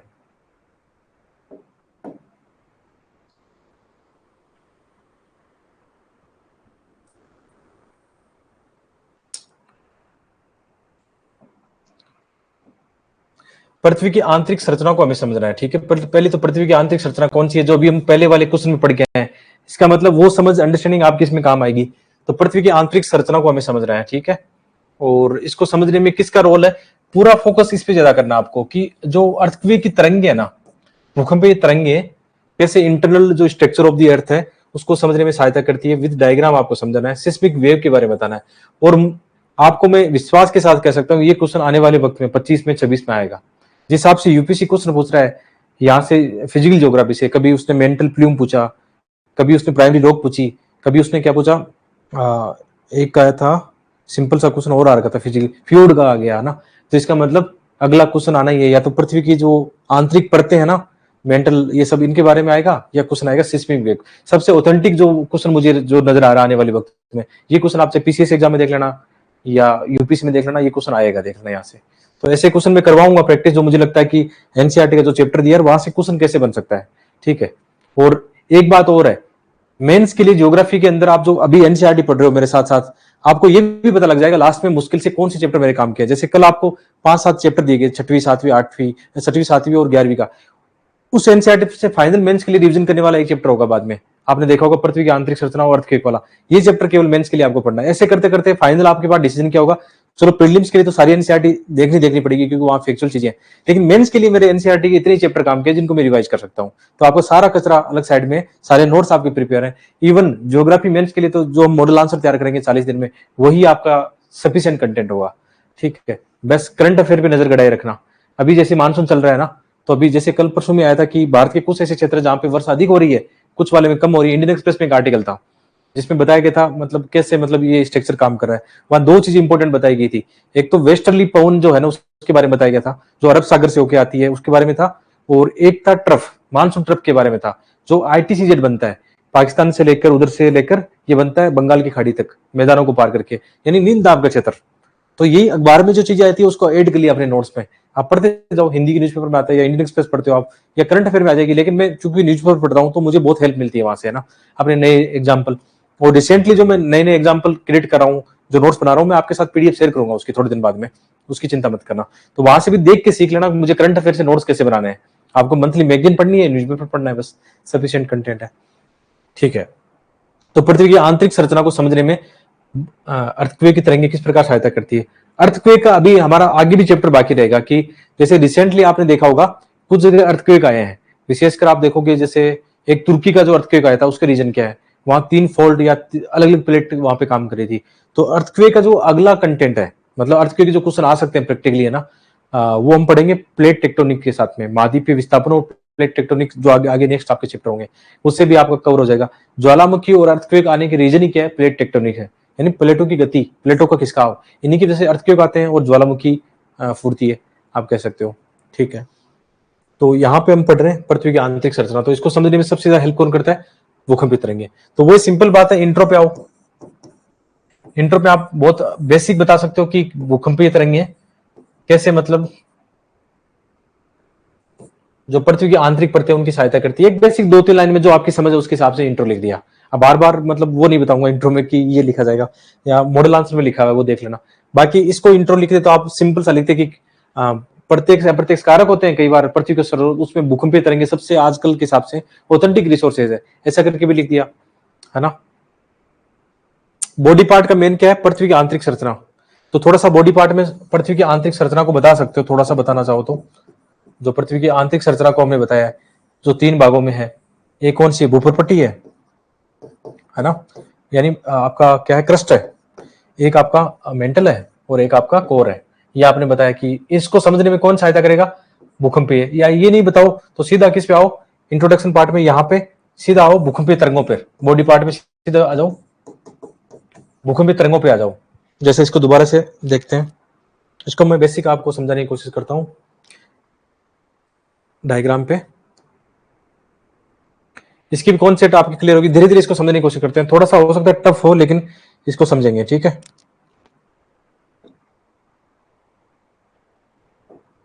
चलो इसको समझते हैं पहले। क्वेश्चन का स्ट्रक्चर हम बाद में देख लेंगे। जो मेन थीम है कि अर्थक्वेक की जो तरंगे है ना, कैसे पृथ्वी की आंतरिक परतों को हमारे समझने में हेल्प करती है, उसको समझते हैं हम। तो एक तरफ हमारी समझ, हमने ये देखा कि जैसे ये हमारी पृथ्वी है, हम क्या पढ़ के आए, अंदर पढ़ के आए कोर। ये आपका इंदर कोर है जो ठोस है, ठीक है। उसके चारों ओर क्या है, आउटर कोर है जो क्या है, अर्थ विकलित मैग्मा है, ठीक है। फिर आप कह सकते हो आपका लोअर क्या है, ये हो गया आपका लोअर मेंटल कह सकते हो इसको, आप लिखो तो लोअर मेंटल। ये है आउटर कोर, शॉर्ट में बता रहा हूँ, आउटर कोर है ये, है ना। ये क्या ठोस है, ये कह सकते हो आप, जो लोअर मेंटल ठोस है। एक है अपर मेंटल, एक है अपर मेंटल। अपर मेंटल में क्या है, आप कह सकते हो इसका एक पार्ट क्या है, दुर्बलता मंडल, जो हमने देखा था अपर मेंटल का पार्ट है दुर्बलता मंडल, जो क्या है लावा के रूप में, अर्ध पिघलित लावा के रूप में। और सबसे ऊपर क्या है, आप कह सकते हो ये स्तन मंडल और क्रस्ट हमारा। तो इसको यहां लिख सकते हो, क्रस्ट लिखो तो क्रस्ट लिख दो, ठीक है, क्रस्ट लिख दिया आपने। यहां पे आप अपर मेंटल है ये, ऊपरी मेंटल लिख सकते हो, और ये हमने लिख दिया था लोअर मेंटल। सब हो गया ना, क्लियर है। ये पृथ्वी की आंतरिक संरचना है। अब इसको अर्थक्वेक कैसे हेल्प करेगा, भूकंपीय जो तरंग है वो कैसे हेल्प करेगी, इसका भी एक डायग्राम हमारे पास होना चाहिए, जो एनसीईआरटी में आपके पास था। सपोज करते हैं कि कहीं पृथ्वी पे अर्थक्वेक आता है, ठीक है, हम सोचते हैं यहाँ पे अर्थक्वेक आता है, जैसे यहाँ पे उसमें एग्जांपल दिया आपको कि यहाँ पे कोई अर्थक्वेक का फोकस है जहां से अर्थक्वेक पैदा होता है। तो इसमें हम क्या करेंगे, जो पृथ्वी की जो भूकंपीय तरंगे हैं, आप इसको ऐसे समझो, जो भूकंपीय तरंगे हैं उसको भी समझना बहुत जरूरी है। भूकंपीय तरंगों का आप डायग्राम बनाना बॉडी पार्ट में, कि भूकंपीय तरंगें दो टाइप की हो सकती है, एक भूगर्भ की हो सकती है या भूगार्भिक हो सकती है, यानी आंतरिक वाली हो सकती है। भूगार्भिक तरंगें, ये बॉडी पार्ट में लिखना है ऐसे डायग्राम बना के। एक होता है धरातलीय, ठीक है, धरातलीय तरंगे, धरातलीय तरंग हो गया। भूगार्भिक में कौन सी तरंगे हैं, दो तरंगे इंपॉर्टेंट आती है, एक तो पी तरंग है, एक है एस तरंग है। इनका आप हिंदी में नाम लिखना चाहो तो लिखना जरूर, प्राथमिक तरंगे और यह है द्वितीयक तरंगे, ठीक है। और इनको आगे एक्सप्लेन करते हैं, यदि बहुत ही गहराई में समझना हो इस चीज को ना, तो हम ऐसा बांटते हैं कि पी तरंग क्या हो गई, एक तो पी तरंग खुद हो गई पी, एक होती पी स्टार, ये इसका ही पार्ट है, एक होती पी जी। इनको बोलते हैं कि कुछ तरंगे जैसे पीजी की सबसे एग्जाम्पल समझोगे तो पी तरंगों की स्पीड होती है सबसे ज्यादा होती है, जैसे इनकी होती है 11 किलोमीटर प्रति सेकंड के हिसाब से, प्रति सेकंड होगी, है ना। इसकी जैसे होगी 8-9 के हिसाब से, 9 किलोमीटर प्रति सेकंड के हिसाब से इसकी स्पीड होगी, वही 5-7 के आसपास। इसी तरह से द्वितीयक जो तरंगे इनकी भी 5 से 7 के आसपास होगी, 5 से 7 किलोमीटर पर सेकंड के हिसाब से इनकी स्पीड होगी। फिर इसमें भी क्या होता है, एस तरंग के बाद में क्या होगा, एस स्टार हो गया और एस जी हो गया। ये रट्टा नहीं मरा रहा हूं आपको, सिंपल सी समझा रहा हूं, इसी के पार्ट है। क्योंकि देखो सबसे ज्यादा स्पीड चलेगी वो पी तरंगे होंगी, सेकेंडरी तरंगे थोड़ी स्पीड उनकी कम होगी, लेकिन पी तरंगों के भी कुछ पार्ट होते हैं। तो पी प्रमुख खुद हो गई, दूसरी पी स्टार और पीजी होगी। इनको एक ग्राफ पे लाएंगे भी ना आपको समझाने के लिए, अभी डरना मत, अभी खुल के जीवो, थोड़ा सा खुल के समझने की कोशिश करो ना। तो ये मैंने आपको क्लासिफिकेशन बता दिया किसका, ध्रात इनका भूगर्भीय तरंगों का, पी तरंग और द्वितीय तरंग। जो आपने एनसीईआरटी में क्या पढ़ा, इतना ही पढ़ा है कि प्राथमिक तरंगे होती है और द्वितीय तरंगे होती है, बस इतना ही पढ़ो एक बार। इनको भूल जाओ, नीचे वाली को भूल जाओ एक बार के लिए। फिर धरातलीय तरंगे होती है, धरातलीय तरंगों में भी ज्योग्राफी में जाएंगे तो उसमें भी रैली या लव वेव अलग अलग आती है उसमें, लेकिन अभी इतना ही समझो धरातलीय तरंग होती है। अब देखो इसको सिंपल समझा देता हूं, जहां से अर्थक्वेक पैदा होता है वहां दो तरंगे निकलेगी, एक तो पी तरंगे निकलेगी। पी तरंगे जैसे चलती है, जैसे पी तरंगे यू चल रही है तो कणों की गति एनर्जी भी उसके समानांतर चलती रहती है, वो उतना नुकसान नहीं करती। जैसे अक्सर जब अर्थक्वेक आता है तो एक साउंडिंग वेव निकलती है, ऐसा सुनने में आता है कि आवाज आती है, जैसे जो जीव जंतु होते हैं वो उसको महसूस कर लेते हैं कि अर्थक्वेक आने वाला है। और जब उसके साथ एस वेव आती है ना, वो क्या करती है, ऐसे उसका जो आयाम होता है ज्यादा होता है, और वो क्या करती है धरातल में जो बोलते हैं वेव क्रिएट करती है, कौन सी, एस तरंगे, क्योंकि उसमें कणों की गति कैसे होगी, उसके समानांतर न होकर उसके 90 डिग्री के कोण पे होगी। तो उसका डायग्राम ऐसे बनता है, आपने देखा होगा, है ना। और ये जब दोनों आके पृथ्वी पे जहां पे मिलती है, अधिकेंद्र जो होता है, कभी आपने देखा होगा, अधिकेंद्र पे आके मिलती है, वहां से निकलती है धरातलीय तरंगे। और धरातलीय तरंगे क्या करती है, फिर हमारी इमारतों को, चट्टानों को, इनको सबको गिराती है, घरों को गिराती है। समझ गए। सबसे पहले तरंगे सिंपल समझो, आंतरिक तरंगे होती है जहां से अर्थक्वेक पैदा होता है, पी तरंग हो गई। पी तरंग कैसे चलती है, मतलब आप कह सकते हो उसको, उसके कण जो है उसके समानांतर चलते रहते हैं, उतना नुकसान नहीं पहुंचाती, लेकिन इसकी गति बहुत होती है, लेकिन ये जनरेट करती है कई सारी और अन्य तरंगों को, ठीक है। और उसके साथ आती है एस तरंग, जो कि उसका आप कह सकते हो वो भी सत विकसित करती रहती है, धरातल के अंदर जो फोल्ड और बनते हैं ना, ट्रफ बनते हैं, उसको बनाती है। और लास्ट में जब ये दोनों ऊपर आके मिलती है, वहां से निकलेगी धरातलीय तरंगे। धरातलीय तरंगे फिर सड़क, आपने देखा होगा कई वीडियो में, वो गिराती रहती है। तो ये सिंपल कॉन्सेप्ट है, जो तरंगों का कॉन्सेप्ट है। अब ये हमें हेल्प करेगा, पृथ्वी के जो ये आंतरिक है, इसको, इसके ये स्ट्रक्चर कैसा बना है, ये किसने बताया, इन्होंने बताया है। वैज्ञानिकों ने जब बार बार अर्थक्वेक का अध्ययन किया तो उनके मन में सवाल है यार, कहीं कहीं तरंगों की गति ज्यादा है, इसका मतलब वहां ठोस हो सकता है, कहीं कहीं तरंगों की गति है नहीं, कहीं कहीं प्राइमरी वेव की गति बहुत ज्यादा है, कहीं एस तरंग पाई जाती ही नहीं है। इसका मतलब वैज्ञानिकों ने ये सारे डाटा एनालिसिस करके पृथ्वी का आंतरिक स्ट्रक्चर बनाया है कि पृथ्वी आंतरिक स्ट्रक्चर ऐसा है, कहीं मैग्मा है, कहीं ठोस है, कहीं मतलब अर्ध पिघलित मैग्मा है। तो ऐसे करके पृथ्वी की ये बनी है, जो पृथ्वी की ये बनी है आराम से ना। तो इसको हम समझाते हैं कैसे, इसको प्रैक्टिकली ये जो डायग्राम बनाया कि अर्थक्वेक की जो तरंगे हैं, वेव है, कैसे पृथ्वी के जो स्ट्रक्चर बनता है, लेयर बनते हैं, इसको हमारी हेल्प करती है। तो वैज्ञानिकों ने एक क्या किया, एक डायग्राम बनाया, जो आपने अर्थक्वेक का छाया चित्र वगैरह देखा होगा। जैसे एग्जाम्पल के लिए ये कोर है, जैसे यहाँ पे पृथ्वी का कोर है, ठीक है। अब आउटर कोर इनर कोर ये नहीं करते हैं, केवल कोर का बांटते हैं यहाँ पे ना, कोर है। तो यहां से कोई अर्थक्वेक पैदा होती है तो इधर भी चली गई, इधर भी चली गई, पी तरंगे भी हो सकती है, एस भी हो सकती है, ठीक है, दोनों तरंगे हैं, यहाँ पे आ रही है, पी तरंगे हैं, एस है, ये तरंगे से निकल रही है यहां से, है ना, ऐसे निकल रही। तो जैसे एस तरंग की अंतिम सीमा कहां पे है, 105 डिग्री यहां पे। यहां से आगे उन्होंने क्या देखा वैज्ञानिकों ने, 105 डिग्री से आगे एस तरंगों का नहीं देखा। इसका मतलब एस तरंग का छाया चित्र कितना बड़ा है, 105 से लेकर 105 तक, ये है एस तरंग, लिख सकते हो डायग्राम में, यहाँ पे एस तरंग छाया चित्र है। ये छाया चित्र का मतलब यहाँ पे एस तरंगे नहीं पाई जाती। इसका मतलब जो कोर है कहां पे, 2900 किलोमीटर की गहराई पर है। तो जो एस तरंगे 2900 किलोमीटर के बाद में अपवर्तित हो जाती है, यहां से आगे नहीं पाई गई है। वो जो आउटर कोर है, इंद्र कोर में जा ही नहीं पाती है, उसकी इतनी क्षमता ही नहीं बची है। क्योंकि एस तरंग कैसे काम करती है, एस तरंग लाइट तरंग की तरह काम करती है ना। तो जैसे जैसे घनत्व बढ़ेगा, एस तरंग फिर धीमी होती चली जाएगी, वो आगे उसको पार ही नहीं कर पाएगी। इसका मतलब एस तरंगों की अंतिम सीमा कौन सी है, 105 डिग्री। लेकिन पी तरंगों को हम देखेंगे तो पी तरंगे ना केवल यहां पे है, ना केवल पी तरंगे यहां पे है, यहाँ पे एस भी है, पी भी है, दोनों तरंगे हैं। पी तरंगे आगे भी, जैसे पी तरंग यहां से आई तो ये कोर को पार करके भी आगे निकल जाएगी। जैसे इस कोर में थोड़ी बहुत विचलित होगी, उसकी दिशा परिवर्तन हो सकती है, गति कम हो सकती है, लेकिन ये क्या कर जाएगी, कोर को पार कर जाएगी, है ना। और ये आउटर कोर से जब भी बाहर निकलती है, जहां से बाहर निकलती है वहां पे कोण बनता है 145 डिग्री के आसपास, 145 डिग्री का कोण बनता है। इसका मतलब वैज्ञानिकों ने क्या बताया कि ये जो वाला एरिया है, यहां वाला 105, ये वाला जो एरिया है, ये वाला जो एरिया देख रहे हैं डायग्राम में, ये जो डायग्राम बना रहे हैं अभी, ठीक है, ये वाला डायग्राम, इसका मतलब ये क्या है, पी और एस दोनों का छाया क्षेत्र है, पी और एस दोनों का छाया क्षेत्र है, कि यहां पे ना तो पी पाई गई ना एस पाई गई। इसका मतलब उन्होंने काफी समझा कि पृथ्वी की जो आंतरिक परत है ना, कहीं ठोस में कहीं द्रव में, है ना। ये हमने डायग्राम कहां से लिया, एनसीईआरटी का डायग्राम है, जो आप बता सकते हो। एनसीईआरटी के अंदर अलग अलग बताया है, पी और एस को अलग बताया, मैंने दोनों को मर्ज कर दिया क्योंकि रियल एग्जाम में इतना टाइम नहीं होता, दो दो डायग्राम बनाए वहां पे। इस डायग्राम की जगह हम एक वैल्यूडेशन वाला डायग्राम ले आएंगे, जो आपको वैल्यूडेट करेगा, वैल्यूडेट, उससे आप थोड़ा प्रैक्टिकली समझ पाओगे कि कैसे ये पी तरंगे इस तरंगे पृथ्वी के आंतरिक धरातल को हमारे समझने में मदद करते हैं। चलते हैं नेक्स्ट स्लाइड पे चलते हैं, ठीक है।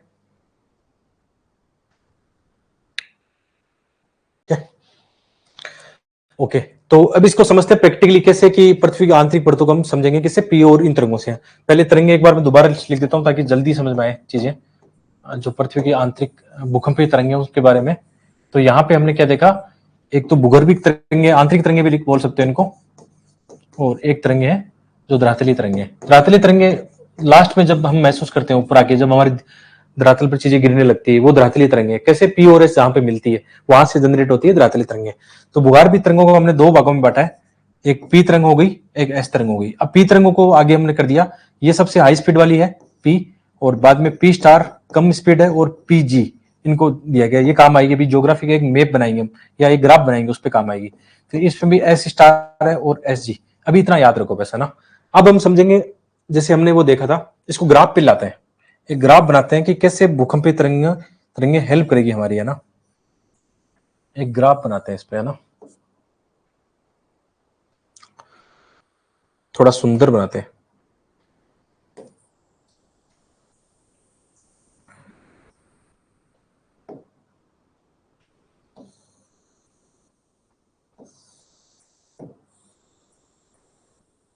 ये आप बना लेना वहां पे ग्राफ चाहिए बाद में, है ना। तो सबसे पहले हम देखते हैं थ्रस्ट को देखते हैं। यहाँ पे क्या है, जीरो आप कह सकते हो, ठीक है, देखेंगे।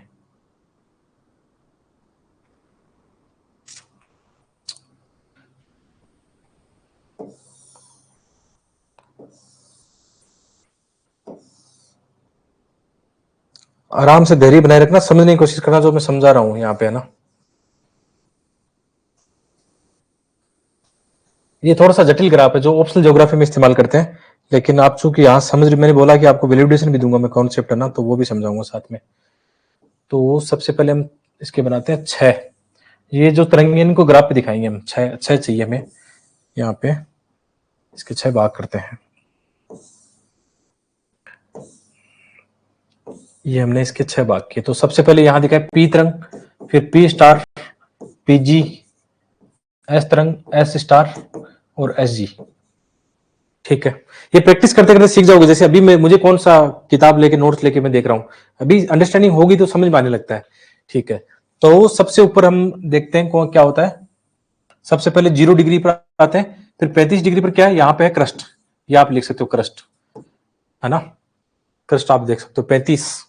ठीक है, फिर 35 से 100 के आसपास क्या है, यहाँ पे ये हम देखें, ये 0, 35, 100, ये क्या है, आप कह सकते हो यहाँ पे स्थल मंडल है। 100 के पास आसपास स्थल मंडल है, या स्थल मंडल उस तरफ भी लिख सकते हो। जैसे क्योंकि यहाँ पे कुछ चीजें और दिखाएंगे एग्जाम्पल के लिए, एक ही डायग्राम में इतना प्रेजेंट होगा, बहुत सारी चीजें प्रेजेंट होगी। ठीक है, तो ये चीजें उस तरफ लिखते हैं हम। ये 0 से 35 हो गया, तो ये हो गया क्रस्ट। ठीक है, हिंदी में लिखो चाहे, ये हो गया स्थल मंडल यहाँ पे।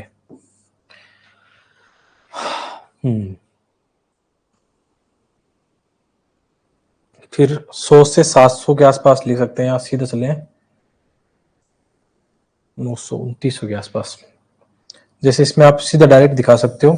अब 2900 भी दिखा सकते हो। 2900 किलोमीटर पर हमने क्या देखा, यहाँ पे क्या है, यहाँ पे मेंटल है, ये हम पढ़ के आए हैं, और यहाँ पे है कोर, ये हमने देखा 6371 पर देखा है। ये हम क्यों बना रहे हैं, और यहाँ पे है, हमें इसको कोर को बांट सकते हैं। यहाँ पे 5155 पे कौन सा है, किलोमीटर लिख लो, यहाँ पे थोड़ा थोड़ा लिख सकते हो किलोमीटर। और यहाँ पे वेलोसिटी, मतलब कैसे भूकंप की तरंग की गति कहाँ बढ़ती है कहाँ नहीं बढ़ती है। और ये डायग्राम जो बता रहा हूँ आपको, ये कंपलसरी नहीं है, ये कंपलसरी नहीं है जीएस के लिए। इस तरफ जाएंगे वेलोसिटी बढ़ेगी, है ना, जो वेलोसिटी गति स्पीड जो है वो बढ़ेगी इस तरफ, है ना। जैसे अब समझते हैं पी तरंग, जैसे है ना, कहीं से भी शुरुआत होती है। जैसे यहाँ पे क्या है, क्रस्ट है ना, तो क्रस्ट क्या है, हमने क्या देखा था, पी तरंग की विशेषता क्या होती है कि पी तरंग है ना, ध्वनि तरंग की तरह होती है, घनत्व बढ़ता है, ठोस आता है तो वो गति करेगी, है ना। और पी तरंग वैसे सभी माध्यम से गुजर सकती है, विशेषकर ठोस और तरल से भी गुजर सकती है। लेकिन एस तरंग की क्या विशेषता है कि जैसे जैसे घनत्व बढ़ेगा इसकी स्पीड कम होगी, है ना। और एस तरंग क्या कर सकती है, विशेषकर ये ठोस से गुजर सकती है, लेकिन तरल में आते आते वो नहीं जा पाएगी आगे, है ना। ये इस तरह की विशेषता है। तो वैज्ञानिकों ने क्या देखा कि इन तरंगों को उन्होंने कुछ बनाया होगा, और वैसे भी अर्थक्वेक के उनके पास बहुत सारे डाटा मॉडल थे उनके पास, और उसके हिसाब से उन्होंने समझने की कोशिश की क्या होता है। जैसे पी तरंग हम देखते हैं, सबसे पहले ऊपर से क्रस्ट से शुरू होती है।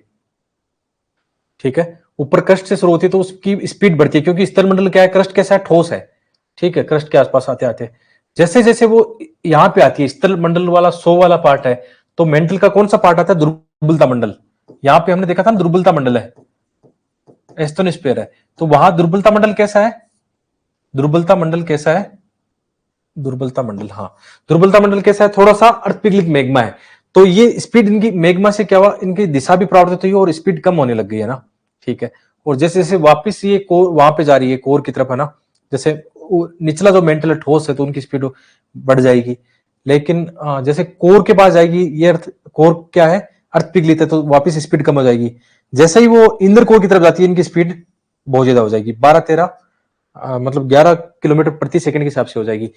ये ग्राफ पे हम प्रेजेंट कर रहे हैं कि क्रस्ट के ऊपर पी तरंग कैसे व्यवहार कर रही थी, है ना। इसी तरह एस तरंग को देखें, तो एस तरंग भी क्रस्ट में स्पीड इसकी तेज थी, गति तेज थी, है ना। ठीक है, लेकिन ये भी क्या, जब दुर्बलता मंडल आया तो इसकी स्पीड थोड़ी कम हुई, है ना।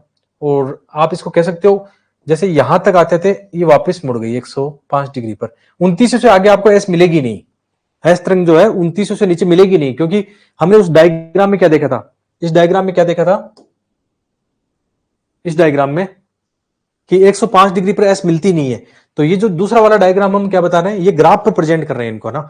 तो आपने कभी कभी देखा होगा कुछ इसमें क्या होता है, डिसकॉन्टिन्यूटी, असंबद्धता होती है। आपने एनसीईआरटी में देखा होगा कि मोह असंबद्धता क्या होती है, कोनार्ड की असंबद्धता क्या होती है, उसको भी मैं दोबारा समझा दूंगा आपको, ना। तो असंबद्धता क्या होती है, संक्रमण जोन होता है दो उनके बीच में, है ना। तो ये तरंगे डिसाइड करती है। आप इन पी को इनको भी यूज में कर सकते हैं, जैसे पी तरंग की गति, जैसे इसको कह सकते हैं पी स्टार है, पीजी है, ये भी डिसाइड करती है कि कौन सी जो लेयर बनती है। थोड़ा सा आपके लिए टफ हो गया जहां तक मुझे लग रहा है, इसको मैं दोबारा से कहां पे बताऊंगा, इसको मैं दोबारा बताऊंगा। चलो मॉडल आंसर में बताने की कोशिश करता हूँ कि वहां बहुत सारी चीजें लिखी हुई है, उसको आप ढंग से समझ पाओगे ना। और इसको लेकर ज्यादा पैनिक मत होना कि मेरे समझ में नहीं है, दोबारा मैं चलो समझा देता हूँ एक बार, फिर मैं मॉडल आंसर पे आपको समझाता हूँ। थोड़ा सा जटिल है, कई सारी कॉन्सेप्ट को एक ही मॉडल आंसर में बताने की कोशिश के चक्कर में थोड़ा जटिल हो जाता है, लेकिन समझने की कोशिश करना, इसको जटिल है नहीं है, क्योंकि बेसिक तो आप एनसीईआरटी में पढ़ के आए हुए हो। तो क्वेश्चन क्या, आंतरिक संरचना को हम समझ रहे हैं, तो इसमें इंट्रोडक्शन हम क्या लिखेंगे कि भूकंपीय तरंगे पृथ्वी की आंतरिक परतों की संपूर्ण जानकारी प्रस्तुत करती है, और भूकंप का अर्थ हम जानते हैं कंपन है। अब भूकंपीय तरंगे दो प्रकार की यहाँ पे, कुछ भूगर्भिक तरंगे हैं, भूगर्भिक या कुछ धरातलीय तरंगे, और इसमें भी कौन सी तरंगे, पी तरंगे और द्वितीय तरंगे। अब पी तरंगे क्या है, इनकी विशेषता जरूर लिखनी चाहिए, क्वेश्चन 250 वर्ड गए तो आपके पास स्कोप है। जैसे पी तरंगे क्या है, ये लॉन्गिट्यूड काम करती है, वेग इनका इतना है, ध्वनि तरंगों की तरह व्यवहार करती है, घनत्व बढ़ने पर इनकी स्पीड भी बढ़ जाएगी, ऊर्जा के कण गति के उसके समानांतर चलेंगे, ठीक है। द्वितीय तरंग क्या करती है, अनुप्रस्थ तरंग है, इनकी गति इतनी 4 से 5 किलोमीटर है। इसकी भी अलग अलग और भी तरंगे, एस स्टार एस जी, जैसे मैंने यहाँ पे भी लिखा है पी स्टार पीजी, कुछ तरंगों का पार्ट है, ठीक है। इनकी विशेषता आपने लिख दी। अब ये दिखाना है, ये वो प्रेजेंट है जो मैं आपको डायग्राम बताने की कोशिश कर रहा था, पूरा मैंने कागज पे लिख दिया है कि आप एक बार पढ़ के भी उस चीज को समझ सकते हो। कैसे इसको समझते हैं, सबसे पहले देखो इसको समझते हैं। सबसे पहले हमने पी और एस जी तरंगों के आधार पर क्या किया, महाद्वीप और महासागरीय क्रस्ट की जानकारी प्राप्त होती है, क्योंकि महासागरीय क्रस्ट क्या है, बेसाल्ट का बना हुआ है, और घनत्व के कारण पीजी की तीव्रता अधिक होती है।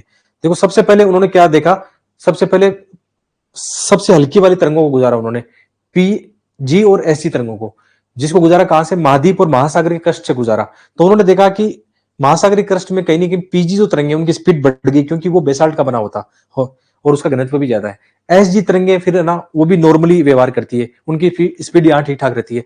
तो उसके हिसाब से उन्होंने क्या डिसाइड किया कि महासागर और महाद्वीप के बीच में एक सीमा है, उसका नाम दिया उन्होंने कोनाड, या उनको कोनाड के असंबंध का नाम दिया है। इनको आप लिखो तो ठीक है, नहीं आपके काम का नहीं है, जीएस में कोई नीड नहीं है। जीएस में तो इस क्वेश्चन को जो मैंने पहले बताया था छाया चित्र वाला डायग्राम, उससे भी एक्सप्लेन कर लेते तो काफी था, लेकिन मैंने आपको पहले प्रॉमिस किया कि मैं आपको वैलिडेशन देने वाला हूं, तो वैलिडेशन कंटेंट यहां से आ रहा है। तो इसमें क्या हो गया कि महासागर और महाद्वीप के बीच में जो एक असंबंध रेखा है, संक्रमण जोन है, जिसको डिसाइड कौन कर रहा है, पीजी और एसजी तरंगे डिसाइड कर रही है कि इनकी स्पीड कैसे रहती है, उसको नाम दिया उन्होंने कोनाड। एक कोनाड विद्वान था, उसने ऐसा बताया था कि ऐसा होता है, तो उसका नाम आ गया कोनाड की असंबंध रेखा, ठीक है। आगे बढ़ते हैं, फिर क्रस्ट आता है। क्रस्ट कितने पे, क्रस्ट 35 किलोमीटर समाप्त होता है, लेकिन क्रस्ट और मेंटल कहां से शुरू होते हैं, दोनों की सीमा कहां से आती है, 35 किलोमीटर से। 35 किलोमीटर से मेंटल शुरू हो जाता है, ठीक है। यहां पे कौन सी असंबंध रेखा, मोहो, एक विद्वान है मोहो, उन्होंने बताया कि क्रस्ट और मेंटल के बीच में एक ऐसी सीमा पाई जाएगी जहां पर अर्थक्वेक की जो है तरंगे है ना, अलग अलग व्यवहार करती है। जैसे उन्होंने क्या बताया कि पी स्टार और एस स्टार तरंगे क्या करेगी, मेंटल का घनत्व अधिक हो रहा है तो यहाँ पे इनकी स्पीड बढ़ जाएगी, उनकी हो सकता है दिशा परिवर्तन हो, लेकिन स्पीड वगैरह, क्योंकि यहाँ पे ठोस ही एक तरह से अभी भी है ना, अभी दुर्बलता मंडल नहीं आया, 100 किलोमीटर नहीं आया, लेकिन जैसे ही हम ऐसे जोन में जाएंगे जहां मेग्मा पिघला होता है, दुर्बलता मंडल आता है, वहां पे क्या होगी, जैसे 100 किलोमीटर के आसपास जहां पे दुर्बलता मंडल, में बार बार बता चुका हूं, 100 किलोमीटर के आसपास एस्टोनिस्फीयर है, दुर्बलता मंडल है, जहां से तरल मेग्मा पृथ्वी पर बाहर आता है। तो यहाँ पे क्या होगा, यहाँ पे तरंगों की दिशा बदलाव आएगी। हमने पहले भी देखा है कि पी तरंगे क्या करेगी, जहां ठोस होगा, घनत्व ज्यादा होगा, स्पीड बढ़ेगी। एस तरंगे ठोस में जाएगी, लेकिन द्रव कहीं आता है तो वहां दिशा चेंज होगी। वैसे जहां पे भी मेग्मा आएगा, द्रव आएगा, वहां पे दोनों की दिशा और वेलोसिटी मन में बदलाव देखा जाएगा। ये बात सही है। तो 100 किलोमीटर के आसपास जैसे दुर्बलता मंडल आता है, तो यहाँ पे उन्होंने नाम दिया उसको, रेपेटी की असंबंधता रेखा नाम दिया कि 100 किलोमीटर के आसपास। अभी मैं दोबारा से डायग्राम में बताऊंगा, अभी फोकस करो इस पे, है ना। तो वहां पे पी तरंगे दिशा परिवर्तन करती है, साफ लिखा हुआ दुर्बलता मंडल है। और बाद में जैसे 2900 किलोमीटर पर क्या होता है, गुटेनबर्ग की वहां पे असंबंधता रेखा है, वहां पे क्या है, लोअर मेंटल और आउटर कोर है, तो वहां पर कैसे काम करेगी तरंगे, कैसे आगे बढ़ती है, वो दिया हुआ इस डायग्राम में, ठीक है। और छाया चित्र को भी इसमें ऐड कर दिया है। कुल मिला के बात करते हैं हम इस डायग्राम पे, एक डायग्राम तो इस क्वेश्चन में ये बनना चाहिए, पी और एस छाया क्षेत्र का बनना चाहिए था, जो इसमें दिखाया गया है। एक डायग्राम ये डायग्राम है जो वैलिडेशन है, और जो अब तक हमने पढ़ा ऊपर लिखा हुआ है सारा इसमें प्रेजेंट दिया गया है, सारा प्रेजेंट किया हुआ है। जैसे कि सबसे पहले हमने यहाँ पे कोनाड की असंबंधता लिखी है, जो कि महाद्वीप और महासागर क्रस्ट के अंतर को दिखाती है। और इसमें भी देखो ये तरंगे कैसे मतलब व्यवहार करती है। हमने देखा था पी तरंग कैसे इनकी गति कम होती है, गति कहाँ कम होगी, या उसकी दिशा चेंज कहाँ पे होगी, जहां पे लेयर में बदलाव आएगा, यानी परतों में बदलाव आएगा, और ये तरंग कहां पार कर जाती है, कहां तक आती है, कोर तक चली जाती है। जबकि हमने ये देखा एस की तरंग आ ही नहीं पाती। इस ग्राफ पर देखो कि एस की तरंग कोर तक पहुंची नहीं, क्योंकि वो 2900 किलोमीटर पर ही अपना उसने रास्ता चेंज कर लिया, क्योंकि एक समय के बाद में उसकी घनत्व बढ़ने पर वो पार ही नहीं कर पाई उस माध्यम को, है ना। ये आपने देखा कुछ इनकी छोटी मोटी तरंगे हैं, जैसे यहाँ पे छोटी मोटी तरंगे दे रखी है। अब ये आप पर ऑप्शनल है, आप करा पाओ तो ठीक है, नहीं कर पाओ तो कोई बात नहीं, इसको जीएस में नहीं लिखना होता है ना। लेकिन कभी ऐसा क्वेश्चन आ गया कि आप थोड़ा सा इसको ज्यादा 250 वर्ड में आ गए, तो फिर आप ऐसा लिख के आगे तो आपको एक्स्ट्रा नंबर मिलने वाले हैं, 1-2 मार्क्स, है ना। ये बताओ समझ में आया नहीं है, मुझे लगता है कई बच्चों के समझ में आया नहीं होगा शायद। बताओ ये सिंपल एक ग्राफ है जो पी और एस तरंगों को कोर तक पहुंचा रहा है, और जो ये नाम लिखा है ना कोनार्ड, मोहो, गुटेनबर्ग, ये क्या है, उसकी एक सीमा आती है, उसको नाम दिया गया कि इस क्षेत्र में कुछ बदलाव आएगा। तो अलग अलग विद्वानों ने अलग अलग नाम दिया था।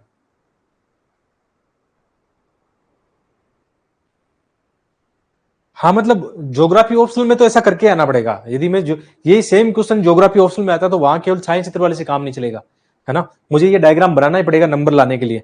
जीएस में इसका कंपलसरी नहीं है, आप छोड़ सकते हो इसको ना। लेकिन मैंने अपना काम कर दिया, वैल्यूडेशन नोट्स दे दिए, आपकी मर्जी। इसको 2-4 बार 5 बार लिख लिख के प्रैक्टिस करोगे ना, ग्राफ आपकी नजर में आ जाएगा एकदम। और कई एनसीईआरटी में तो ये लिखा हुआ है, मोह असमानता, गुटेनबर्ग, लेहमन, ये लिखा हुआ है। तो ये आप ये नहीं कह सकते कि सर ये समझ में नहीं आया। ये कहने का क्या मतलब, जहां से ये लिखा है ना, जैसे कोनार्ड क्या है, तो कोनार्ड महाद्वीप और महासागर के बीच की वो लेयर बता रहा है कि यहाँ पे ऐसा बदलाव आएगा। मोह संबंधता क्या है, क्रस्ट और मेंटल के बीच का पार्ट है, उसको मोह विद्वान ने बताया कि यहाँ पे जाके ऐसा बदलाव आएगा। इसके अलावा रेपेटी वाला क्या है, जहां पे दुर्बलता मंडल है, और गुटेनबर्ग कहां पे, जहां पे मेंटल और कोर का पार्ट है ना, और लेमन वाला कहां पे, आउटर कोर इनर कोर के बीच वाली पार्ट है। और यहां पर इनकी गतियां देख लेना आप, जो पी और एस तरंग है उनकी गतियों में कैसा बदलाव है। एक सिंपल इतना समझ लो कि पी तरंग है ना कोर तक चली गई, एस तरंग कोर तक नहीं जा पाई, 2900 से बदल गई। ये डायग्राम उन्होंने प्रेजेंट किया था कि ऐसा होता है। उन्होंने कुछ बनाया होगा, ऐसा स्ट्रक्चर एक है ना, पृथ्वी जैसा मॉडल बनाया होगा, उससे कुछ तरंगें गुजारी होगी, उसके हिसाब से उन्होंने कई सारे डाटा निकाले। ये बात है।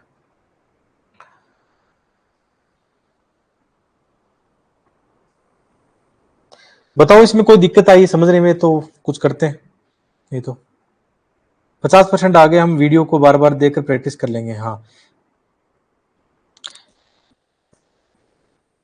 देखो, मैं दोबारा से थोड़ा समझा देता हूँ, कुछ बच्चों को नहीं समझ में आया तो। देखो इसको सिंपल करते हैं, इस बार इसको भूल जाओ। सिंपल क्या है, हमने क्या देखा अब तक, क्रस्ट, मेंटल, है ना, और कोर देखा है। अब हमें भूकंपीय तरंगें कैसे हेल्प करती है, कि जैसे पी तरंग हमने देखा, तो पी तरंग तो क्या कर जाएगी, सबसे पार कर जाएगी। बस उसके गति में अंतर आ सकता है, कहां पे, जहां पे द्रव और ठोस की मात्रा अलग अलग होगी। तो पी तरंगों ने यह बताया कि इसका मतलब पृथ्वी का जो कोर है ना, वो ठोस का बना हुआ है, क्योंकि वो स्पीड से पार कर गई थी उसको ना, ठीक है। और एस तरंगे जो है 2900 किलोमीटर से आगे नहीं बढ़ पाई, है ना। और 2900 किलोमीटर पर क्या है, आउटर कोर है, जो क्या है, अर्थ पिघलित मैग्मा है, उसको वो पार नहीं कर पाएगी। द्रव भी आ गया, साथ में घनत्व भी बढ़ गया, तो 2900 किलोमीटर से अपना रास्ता चेंज कर लिया कि भाई अब मेरे से पार नहीं पड़ेगी, मैं यही रहने वाली हूँ अब, ठीक है। ये किसने बताया, एस तरंगों ने बताया कि इतनी ही उनकी क्षमता थी, एनर्जी थी उनकी, इतनी थी, है ना। ये बात है, सिंपल यही है। और इसको ग्राफ से हमने प्रेजेंट कर दिया कि 0 से 35 के बीच में क्या है, क्रस्ट है। 35 से लेकर 2900 में क्या है, मेंटल है। 2900 से 6300 के अंदर क्या है, ये कोर है। अब इनको भी अलग अलग बांट दिया। 5000 से ये आउटर नीचे वाला कोर है, मतलब इनर कोर, आउटर कोर है, ठीक है। और 2900 से, हाँ 2900 से 51 क्या है, आउटर कोर है। 51 से इनर कोर है। इसको हमने अलग अलग बांट दिया, जो भी पहले हमने देखा था ना। और ये अलग अलग जो बीच में आएगा, जहां पर असंबंध जिनको बोलेंगे, कोनार्ड, मोहो, रेपेटी, गुटेनबर्ग, लेमन, ये अलग अलग विद्वानों ने ऐसे बताया था कि अलग अलग तरंगे कहां पर ऐसा व्यवहार करेगी, उसको एक उन्होंने नाम दे दिया। इंग्लिश में इसको बोलते हैं डिसकॉन्टिन्यूटी, बोलते हैं कि वहां पे कुछ ना कुछ बदलाव आएगा। हिंदी में उनको अशांतता भी बोलते हैं, असमनता भी बोलते हैं, है ना, जो लिखा भी प्रेजेंट करने का। बताओ आप समझ में आया नहीं है?